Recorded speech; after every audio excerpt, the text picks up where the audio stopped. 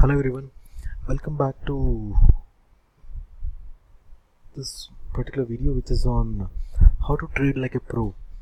Okay, so if you're a new viewer to this channel, please do like and subscribe this YouTube channel which is called as Indian Elite Trader, and the Facebook page link is available in the description of this particular video. So please do like and follow us on our Facebook as well, because you will be getting regular updates regarding the calls, market conditions and other things on the Facebook page at regular intervals. Almost 3-4 times in a week we do keep on updating our Facebook page, and hence it's better that you follow us on Facebook so that all of the market knowledge whichever I keep on sharing over there. Okay, with that, let's start this video on how to trade like a pro. Okay, so many of the big traders they don't follow any particular set of indicators or other things, but even though they use certain set of indicators, first of all they concentrate on reading the charts in a naked manner. Naked manner means in this particular manner without any indicators supporting the charts for their decision making. And once they confirm their particular decision on a stock, whether to go short or long based on the chart patterns, only then they use certain amount of indicators to justify their decision, to say that okay fine, my decision is to take a short position in the stock. Okay, now let me check with any indicators like the RSI, MACD or Bollinger Bands or whatever it is, just to make sure that whether my decision is in that line or not. Okay, so always make sure that you make your decisions based on the candlestick patterns and the charts, and then use the indicators for making for substantiating your judgment, but don't blindly follow the indicators as your first point of reference. Okay, so with that we'll start this particular video. So how do these the so-called biggies or the professionals trade? What they look for is they look for trends in higher time frames. When I say about higher time frames, it is generally 1 day or 1 week or 1 month. So these are the typical time frames they look for. Once they look for these particular time frames, okay, in this particular video I'll take the reference of one equity share and one commodity share. In equity share I'm going to talk about Voltas, and in commodity section I'm going to talk about the crude oil. Okay, so in Voltas, what people have to look for is, first of all, in the higher time frames, what is the latest trend that Voltas is having. As you can see, if we can draw this trend line, it is clearly visible that Voltas is having a declining trend in the higher time frames. Correct. In 1 day time frame, as you can see, this trend line is being respected by Voltas. Correct. Okay. So yeah, at least so when you draw your trend line, make sure that it touches at least 2 to 3 candles in this particular manner, so that you can you'll be able to map the trend in a very solid manner. Okay, so as you can see now, Voltas is in a declining trend from here to here, if you can see, or you can see from here, from this particular point it made some high and it started consolidating, and then it's from here it is literally in a downtrend on a 1 day time frame. So once you have this timeline mapped, how do I trade this time frame? So whatever position I am going to take until this higher time frame is broken, I'll always try to look for a shorter trade in this compared to a longer trade. But again, you can take longer positions. I'm not saying that you should not take longer positions. Even though you take a longer position, you should look for some quick gains and should not wait for a big move like say 5% or a 7% move in swing, or a 1% or 2% move in an intraday. Okay, if you're taking any trade against the longer time frames, look for that small move and try to get out. But if you are in line with the trend which the stock is following on a larger time frame, you can very well stay back in that particular position for a relatively longer move or a bigger move.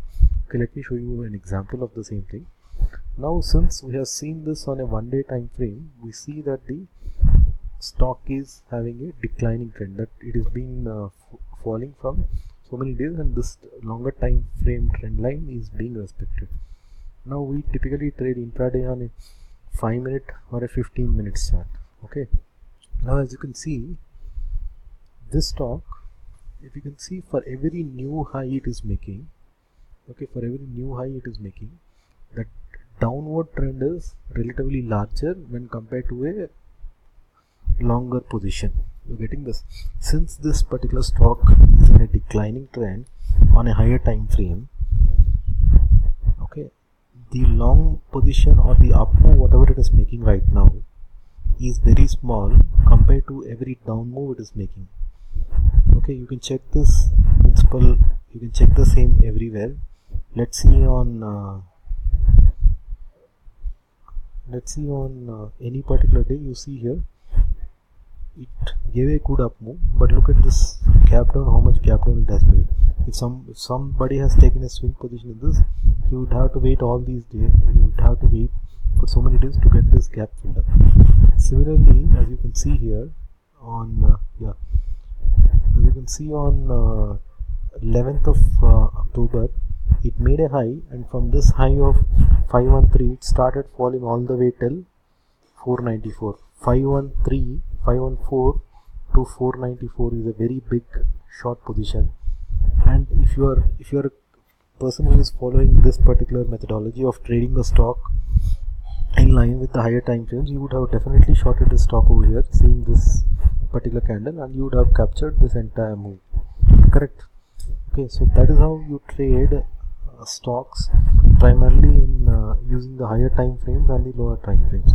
Now let's go back to the same example for any particular asset in MCX. So my favorite is crude oil, so I'll concentrate on crude oil for the same methodology. Okay, now as you can see, okay, before this let me copy and paste the disclaimer on this, so if something happens in future, I can very well say that there was a disclaimer in my video, so I'm nowhere responsible for this. Okay, so now we have a disclaimer posted. Let me explain you the same thing, what's happening in crude oil. Okay, now as you can see, in crude oil recently made a new high, and from that particular point of time it has been trending in the downward direction. Correct? As you can see here on 3rd October 2018, it made a new high of approximately around 5654, and that from that particular point of time it has been making it has been in a continuous downtrend. So as I told you, you need to join at least 3 points to confirm the trend in the higher time frames. Okay, so this is our longer time frame. So now if we are a trend kind of a trader, whatever strategy we follow, we should look for the similar kind of trades in the lower time frames. Okay, now let's go back to a 5-minute time frame and let's see what has happened on 12th of October, which is nothing but this Friday. Okay, so what do we have here? Yes, so what we have here is, so as you can see, right from the morning, right from the moment the market opened up, it's going up. The up move, it's giving this much of an up move and it falls. Again it gives this much of an up move and it falls, and it gives this much of an up move and it falls. So as you can see, the down move is always greater in this case compared to an up move in crude. So for me as well, I tried I was following this, but looking at the candle speed on Friday, my first position in crude oil was a longer position. Looking at this candle, I thought I know the stock was in a downtrend, but I took this risk and I saw these particular candles going up from 5:30 onward, and I thought, okay, fine, maybe I can get a quick scalp of 5 to 10 points. So I took a long position in crude. I saw this particular candle and this candle and went long, and I went long around 5 to 5290, yeah, 5290 was my long position.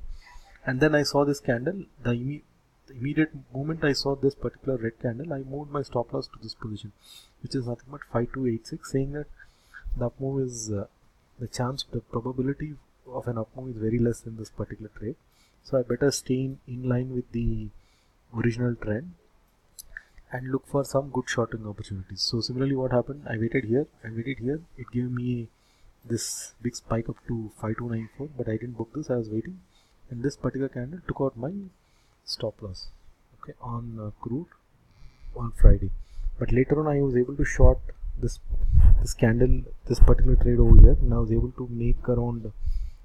I recovered my loss. Plus, I shorted it again over here, seeing this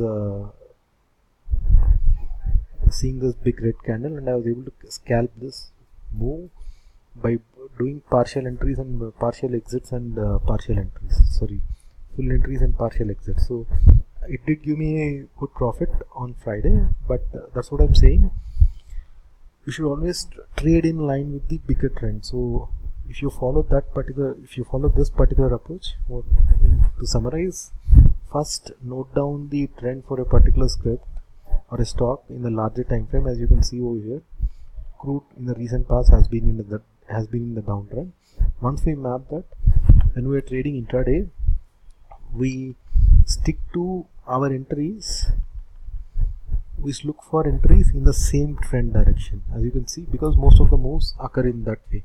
As you can see, on Friday there was a small uptrend followed by a larger downtrend, small uptrend followed by a larger downtrend, small uptrend followed by a larger downtrend, small uptrend followed by a larger downtrend. So the probability for us to get winning trades increases when we follow such an approach. Okay, so that is it from this video. If you have any doubts or questions, please leave them in the comment box below. I would be definitely very active. Unfortunately, from the last 1 month, my personal front things have not been good, so I have not been making regular videos, but I'll try to keep my my YouTube page active, and have a great weekend. See you all once again with the next learning video. Thank you so much for watching.